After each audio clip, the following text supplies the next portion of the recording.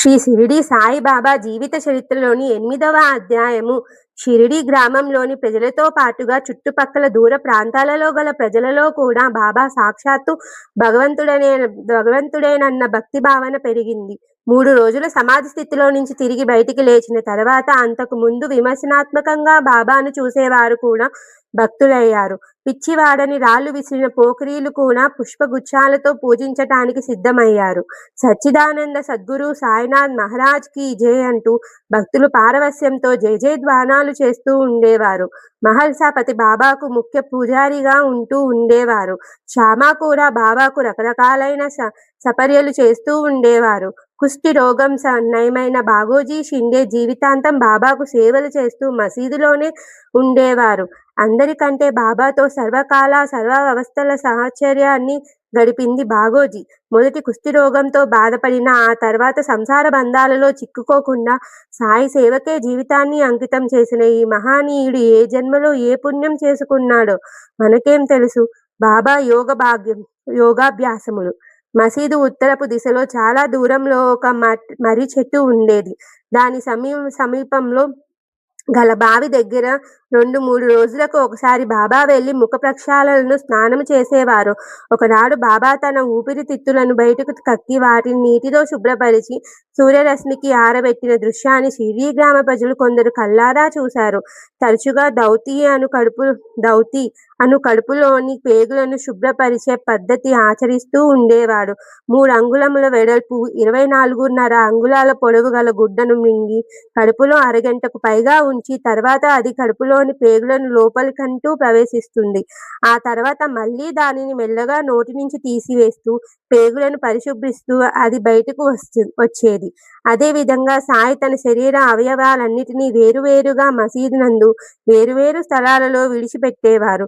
ఒకనాటి రాత్రి ఒక భక్తుడు మసీదులోకి రాగా బాబా శరీర అవయవాలన్నీ మసీదులో అక్కడక్కడ పడి ఉండటం చూసి భయపడి బాబాను ఎవరో కూనీ చేసి ఉంటారని గ్రామ మునసబు దగ్గరకు వెళ్లి ఫిర్యాదు చేయాలని నిర్ణయించుకుంటాడు.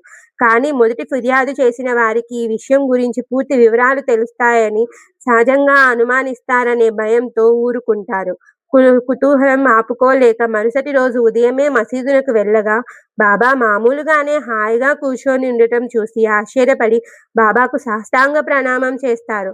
శరీర అవయవాలన్నిటినీ ఖండించి వేరు చేసే ఈ యోగ క్రియను ఖండయోగా అని పిలుస్తారు. అదే విధంగా ఒకసారి కుడి మోకాలు కింద భాగంలోని నరాలలో గల చిన్న దోషాన్ని బాబా స్వయంగా పైభాగపు మాంసాన్ని కోసి లోపల నరాలను సరిచేసి మళ్ళీ మామూలుగానే పై మాంసాన్ని అతికారు. ఇలాంటి అనేక యోగాలను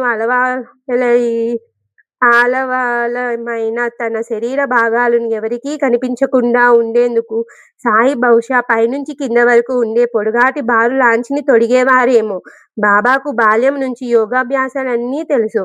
అయినా వాటిని జనం మధ్యలో బాహాటంగా ఎప్పుడూ ప్రదర్శించలేరు.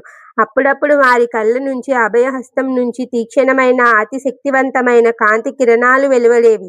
అవి సర్వశక్తివంతంగాను సర్వరోగ నివారిణిగాను సర్వసమర్థత కలిగి ఉండేవి.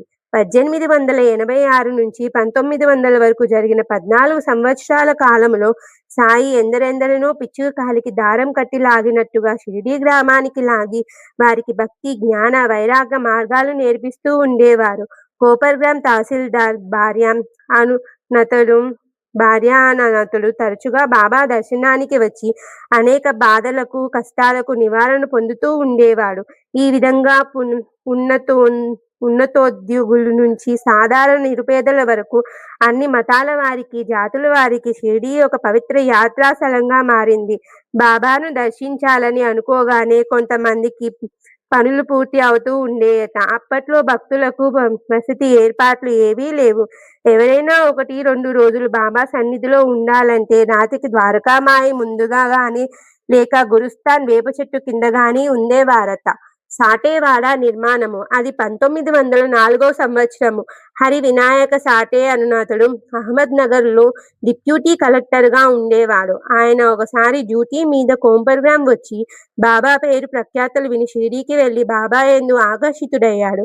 1906లో మొట్టమొదటిసారిగా గురుస్థాన్ సమీపంలో కొంత స్థలాన్ని కొని తర్వాత భక్తుల ఉండటానికి వీలుగా ఒక వసతి నిర్మిస్తాడు. దీనిని సాటేవాడ అని పిలిచేవారట. ఈనాటికి సమాధి మందిరానికి, గురుస్థాన్‌కు మధ్యలో బంగళా పెంకులతో కప్పబడి కాలగమనంలో కొన్ని మార్పులు సంతరించుకొని ఉన్నది ఈ సాటేవాడ. 1904 నుంచి బాబాకు ద్వారకామాయిలో త్రికాల హారతులు భక్తులు ప్రారంభించారు. ఆ హారతులు సరిచేసి ఏ పాటలు పాడాలి అనే విషయం నానా చందోర్కర్ నిర్ణయించాడు. మధ్యాహ్న హారతి సమయానికి గ్రామస్తులంతా కూడి మసీదును చేరుకొనేవారు. ఒక్కొక్కసారి మసీదు భక్తులతో కిక్కిరిసిపోయి ఉండేది. భక్తులు వేల సంఖ్యలో వచ్చినా కూడా అందులోని ప్రతి వ్యక్తి బాధను, అవసరాన్ని బాబా గమనించి అనుగ్రహిస్తూ ఉండేవారు. షిరిడీకి వచ్చిన ఈ నిజభక్తుడైన వట్టి చేతులతో తిరిగిపోయిన సందర్భం ఉండేది కాదు. సాయి కరుణా సముద్రుడనే ప్రేమకు మారుపేరని, దయాళుడని భక్తులు భావిస్తూ ఉండేవారు. కొందరు భక్తులు సంశయంతో నన్ను బాబా చూడలేదు, నా బాధ వినలేదు కదా, మరి ఈ నా కష్టం ఎలా తీరుతుంది అనే అనుమానాన్ని మనసులో పొందేవారు. సాయి వెంటనే గ్రహించి అందరూ వినేటట్లుగా, ఓ నా భక్తులారా, మీరు నా మీద ఉంచిన భక్తికి, విశ్వాసానికి ప్రతిఫలం తప్పగా లభిస్తుంది. ఈ షిరిడీ గ్రామ ప్రవేశమే సర్వ దుఃఖహరణం. ఈ ద్వారకామాయి ప్రాంగణంలో అడుగుపెట్టగానే ఆర్తులైన నిరుపేదలైన సుఖ సంపదలను పొందగలరు. ఈ తల్లి కరుణామయురాలు అని చెబుతూ ఉండేవారు. పాము విషయం నుంచి శ్యామను రక్షించుట. ఒకసారి శ్యామ గ్రామ పొలిమేరలలో తిరుగుచుండగా విషసర్పము కాలి చిటిక వేలపై కరిచెను. వెంటనే శరీరంలోనికి విషం వ్యాపించుట మొదలయ్యెను. శ్యామకు ప్రాణభయము కలిగెను. బాలాసాహెబ్ మొదలగు శ్యామ స్నేహితులు అతనిని విరోబా గుడికి తీసుకువెళ్లాలనుకున్నారు. అక్కడ పాము కాట్లకు నయమవుతూ ఉండేది.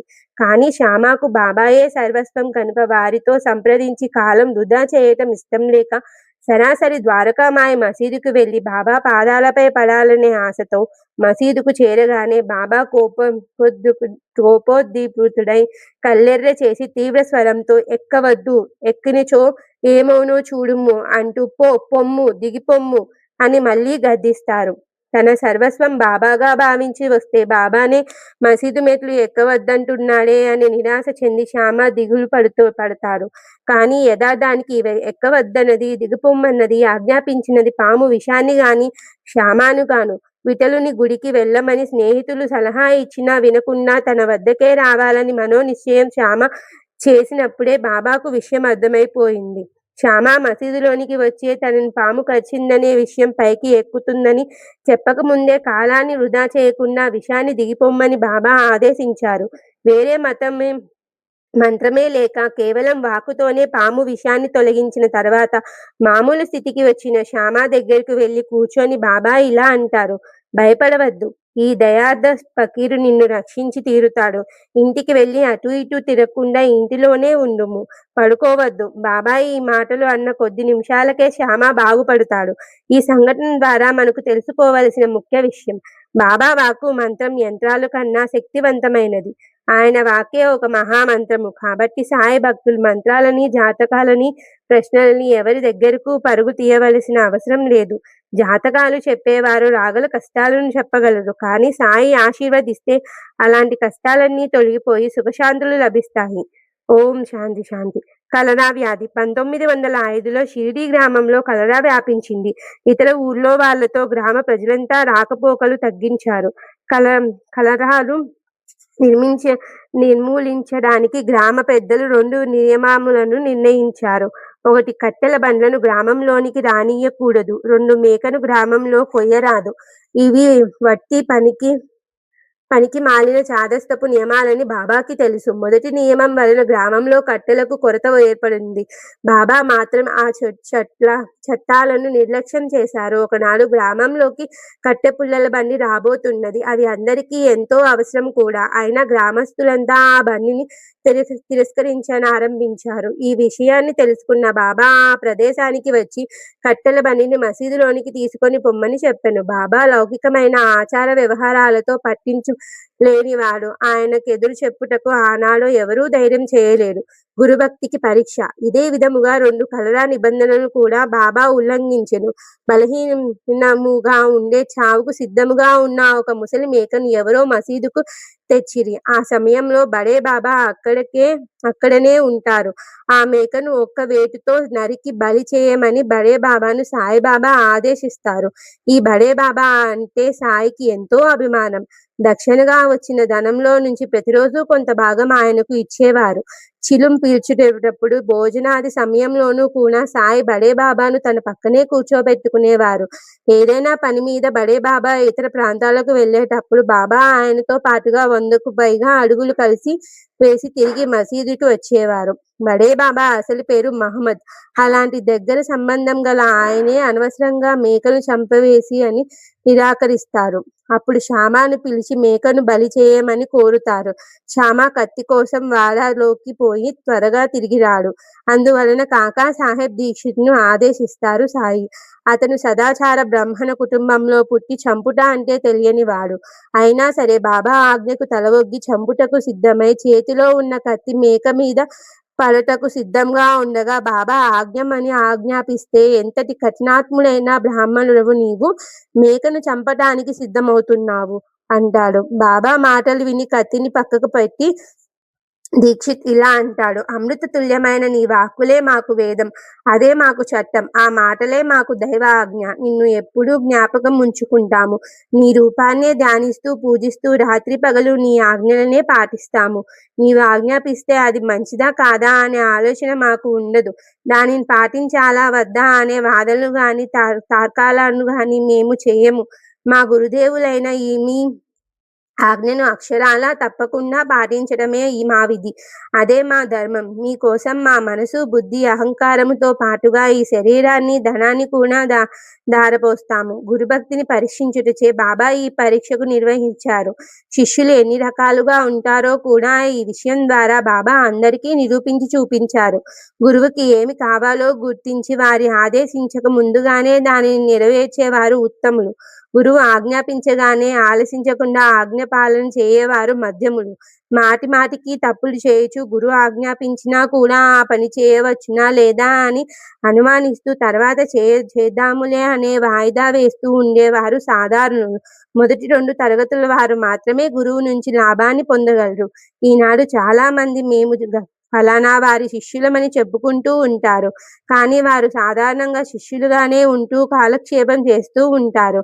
సాయి దగ్గరకు వచ్చి వారిని ఆశ్రయించిన తర్వాత సర్వస్వాన్ని వారికి అర్పించి సర్వస్వ శరణాగతి పొందాలి. అప్పుడే కైలాసం దిగి వచ్చిన ఈ పరమశివుడి అద్భుత శక్తి ఏమిటో తెలుసుకోగలం. ఇలాంటి గట్టి విశ్వాసాన్ని కొన్ని రోజుల వరకు ఉంచగలుగుతాము. కానీ కాలగమనంలో ఆ నమ్మకం, విశ్వాసం అప్పుడప్పుడు చెదిరిపోతూ ఉంటాయి. అందువలనే సాబూరీ అవసరం అన్నారు సాయి. సాబూరీ అంటే ఓర్పుతో వేచి ఉండటం. ఇది కూడా భక్తునికి చాలా అవసరం. శ్రద్ధ లేని పూజలు, ఓర్పు లేని భక్తి ఎందుకు పనికిరావు. అలాంటి వాటి వలన సాధకులు గాని భక్తులు గాని ఉపయోగాన్ని పొందలేరు. ఈ మా పాఠకుల హృదయాలలో సాయి స్థిర నివాసమై ఉండుగాక. వారి ఇంటిలో సాయి ఒక కుటుంబ సభ్యుడిగా మారుగాక. శ్రద్ధ, సాబూరి అనే ఈ 2 మణి దీపాలను సాయి భక్తులందరికీ విడవకుండగాక. సాయి సర్వ జగద్రక్షకు రక్షగా మారుగాక. ఈ అధ్యాయాన్ని భక్తి శ్రద్ధలతో పారాయణం చేయ భక్తులు హృదయాలలో సాయి భక్తి అనే మహావృక్షం పెరిగి పెద్దదై మసీదులకు, హీనులకు, దీనులకు, ఆశ్రయులకు వటవృక్షంగా మారాలని ఆశిస్తూ ఈ అధ్యాయాన్ని ఇంతటితో ముగిద్దాము. ఓం శాంతి శాంతి శాంతి. 8వ అధ్యాయము సంపూర్ణము. ఓం నమః శివాయ.